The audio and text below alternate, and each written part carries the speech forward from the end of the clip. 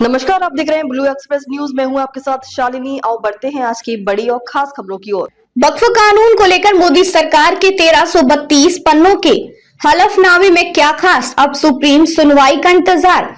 केंद्र सरकार ने सुप्रीम कोर्ट में वक्फ संशोधन कानून 2025 का बचाव करते हुए कहा कि यह कानून स्पष्ट रूप से संवैधानिक आधार पर खड़ा है और किसी भी मौलिक अधिकार का उल्लंघन नहीं करता। केंद्र ने कहा कि संसद से पारित ऐसा कानून जो संविधान आधार पर खड़ा हो, उस पर पूर्ण रोक नहीं लगा सकते। केंद्र ने कहा यह कोर्ट सुनवाई के दौरान याचिकाओं में दी गई चुनौतियों की जांच करेगा, लेकिन यदि याचिकाएं खारिज हो जाती हैं, तो सामान्य मामलों में यहां तक कि मुस्लिम समुदाय के सदस्यों पर भी ऐसे स्थगन आदेश के प्रतिकूल परिणामों, खासकर कानून की वैधता के संदर्भ में, उसके बारे में जाने बिना कानून पर पूर्ण या आंशिक स्थगन देना अनुचित होगा। केंद्र ने चीफ जस्टिस संजीव खन्ना की अगुवाई वाली पीठ, जो 5 मई को याचिकाओं पर अंतरिम आदेश देने वाली है, उससे अनुरोध किया कि कानून के प्रावधानों पर कोई स्थगन ना दिया जाए।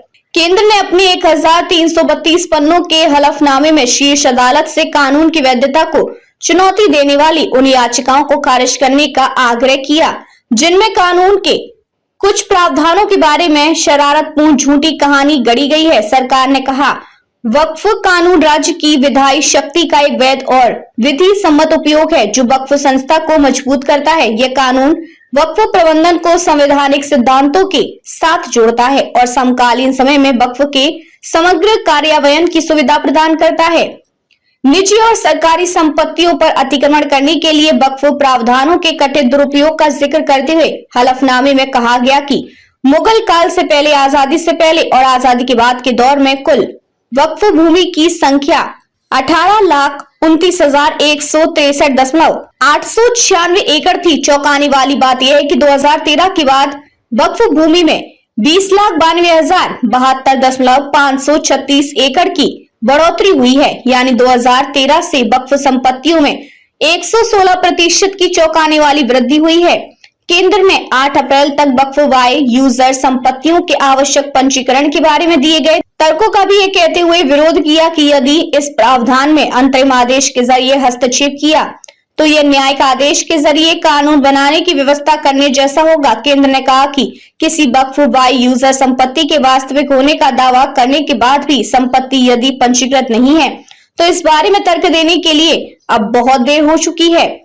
सरकार ने कहा कि वक्फ संशोधन कानून यह सुनिश्चित करता है कि किसी भी व्यक्ति को अदालत की पहुंच से वंचित नहीं किया जाए। वक्फ कानून यह भी सुनिश्चित करता है कि नागरिकों के संपत्ति के अधिकार, धार्मिक स्वतंत्रता और सार्वजनिक दान को प्रभावित करने वाले निर्णय निष्पक्षता और वैधता की सीमाओं के भीतर किए जाएं। कानून में किए गए संशोधन की मंशा वक्फ प्रबंधन में न्यायिक जवाबदेही, पारदर्शिता और निष्पक्षता सुनिश्चित करना है। ऐसे ही लेटेस्ट अपडेट पाने के लिए हमारे चैनल को लाइक, फॉलो, सब्सक्राइब करें और बेल आइकन दबाना ना भूलें। अगर आप हमें फेसबुक, ट्विटर या इंस्टा के माध्यम से देख रहे हैं तो हमें फॉलो और कमेंट करें। धन्यवाद।